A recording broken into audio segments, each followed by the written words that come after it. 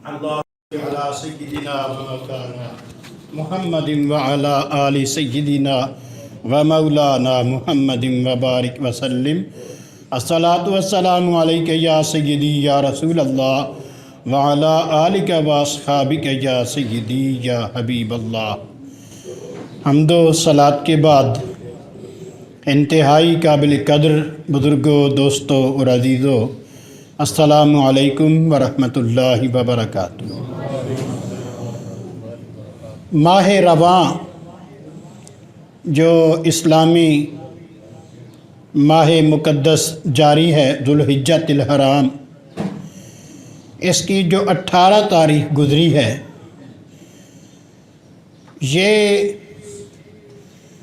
عرس عثمان غنی رضی اللہ تعالی عنہ کی تاریخ ہے۔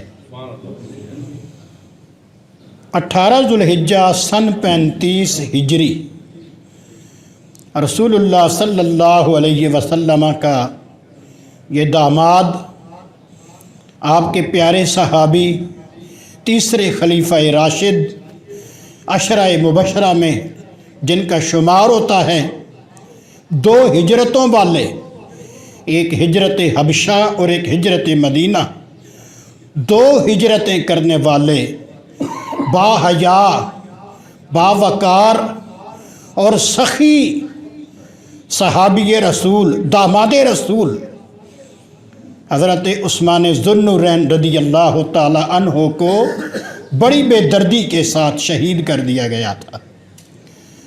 ظالموں کے ذریعے، بلوائیوں کے ذریعے، فسادیوں کے ذریعے 40 روز تک آپ کے مکان مبارک کا محاصرہ جاری رہا۔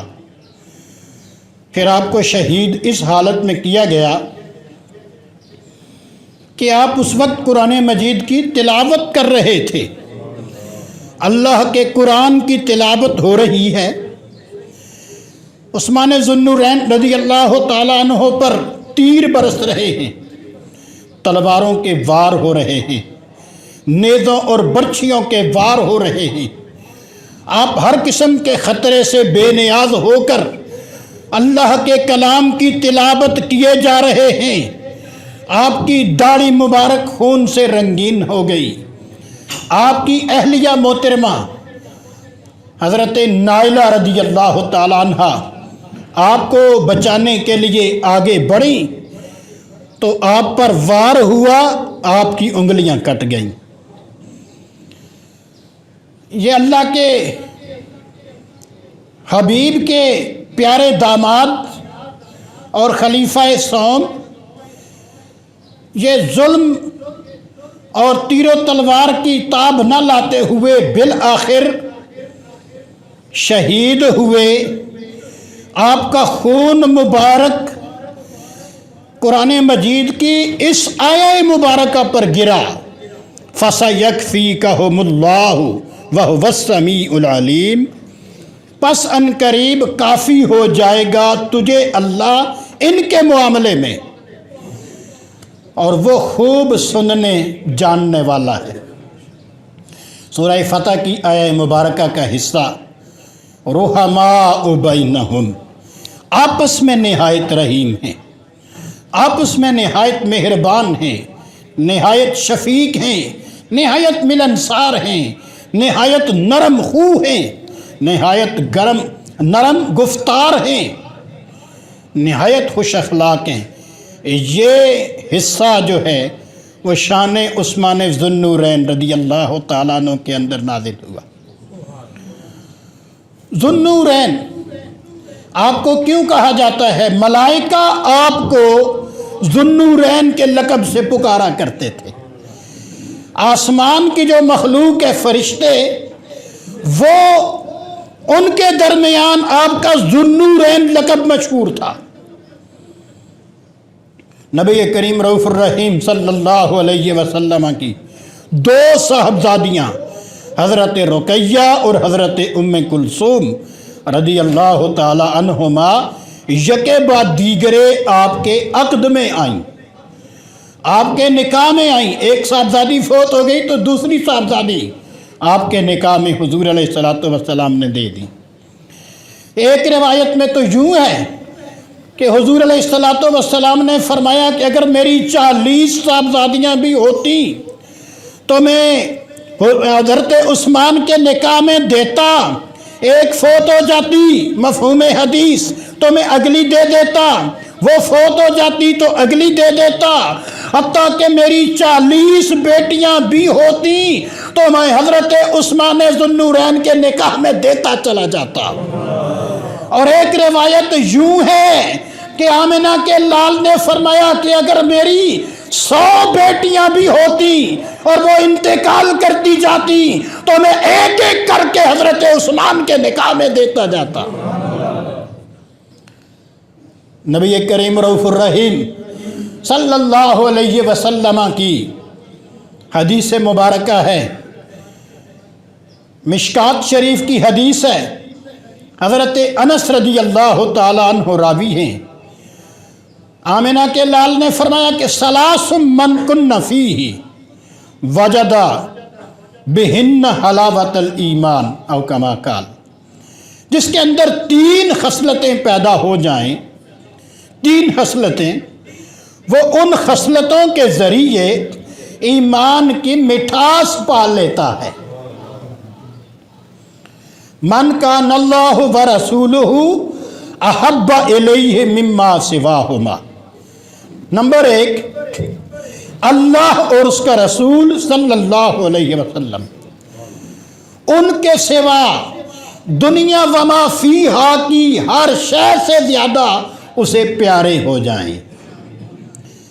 وہ دنیا وما فیہا کی کسی چیز سے بھی اتنی محبت نہ کرے جتنی محبت وہ اللہ اور اس کے رسول صلی اللہ علیہ وسلم سے کرتا ہے۔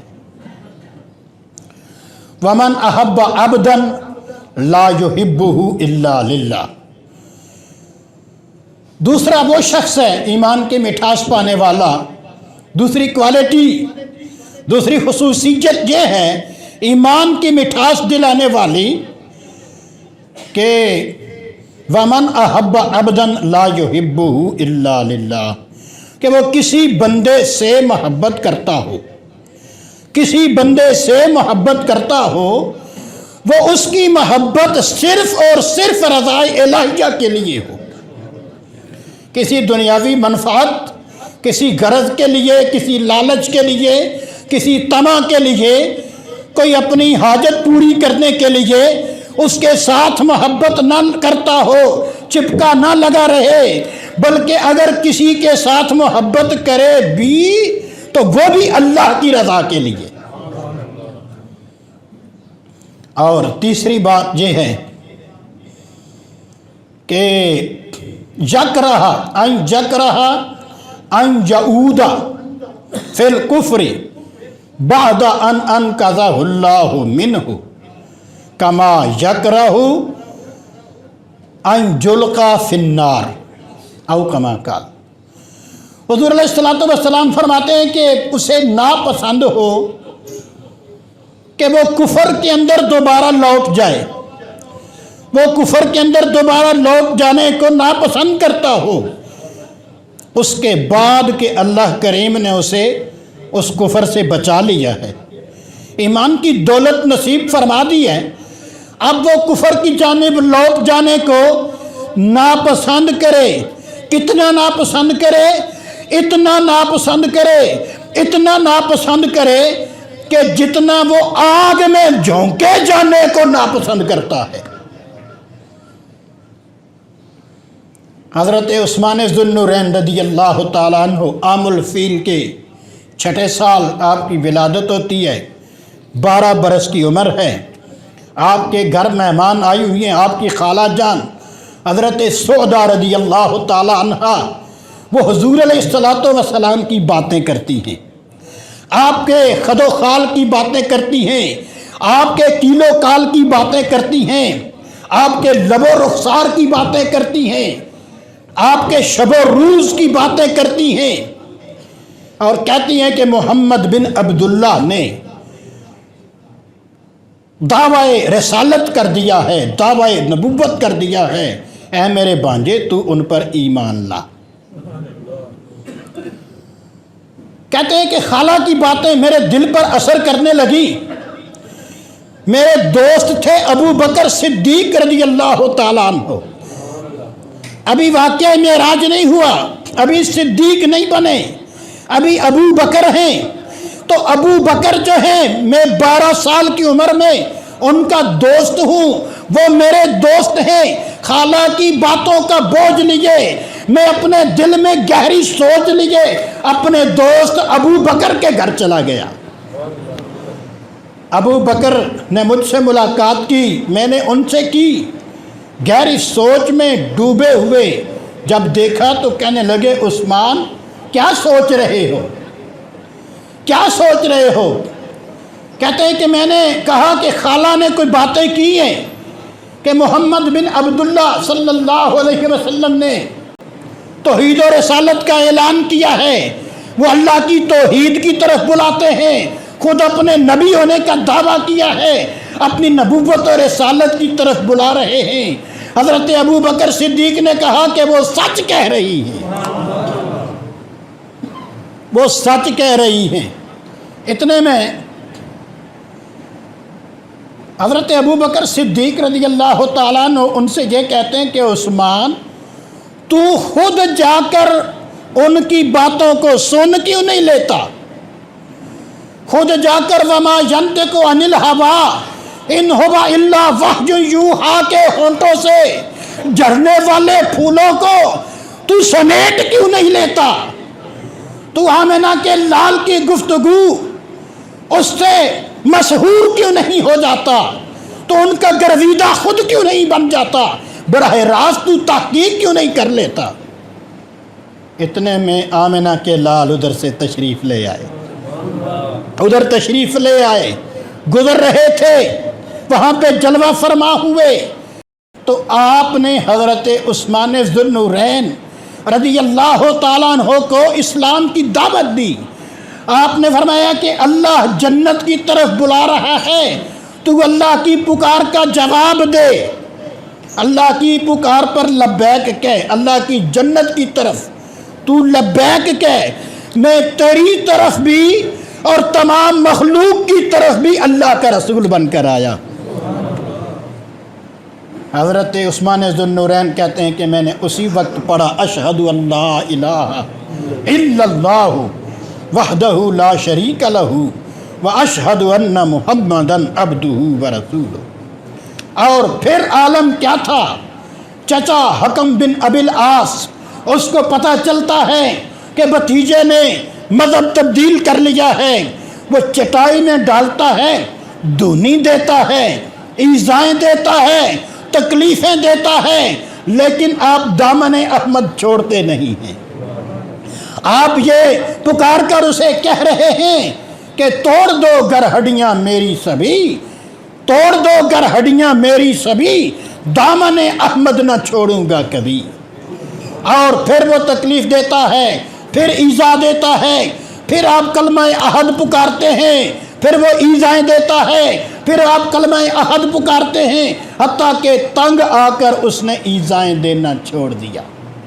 تو انہوں نے تکلیفیں صحیح ہیں، انہوں نے پریشانیوں کو گلے سے لگایا ہے، مصیبتوں اور آزمائشوں کو گلے سے لگایا ہے، لیکن دامن احمد کو ہاتھوں سے جانے نہیں دیا. گویا شاعر کی زبان میں اس چیز کا مصداق بنے، عشق آنکھیں میں بیرے تیرے. بیرے کسے کہتے ہیں؟ بوٹیوں کو کہتے ہیں. عشق آنکھیں میں بیرے تیرے وچ بازاراں تولاں گا. عشق آنکھیں میں بیرے تیرے وچ بازاراں تولاں گا. عاشق آنکھیں پورا تولی گھٹ تولے تے بولاں گا. وما علینا الا البلاغ.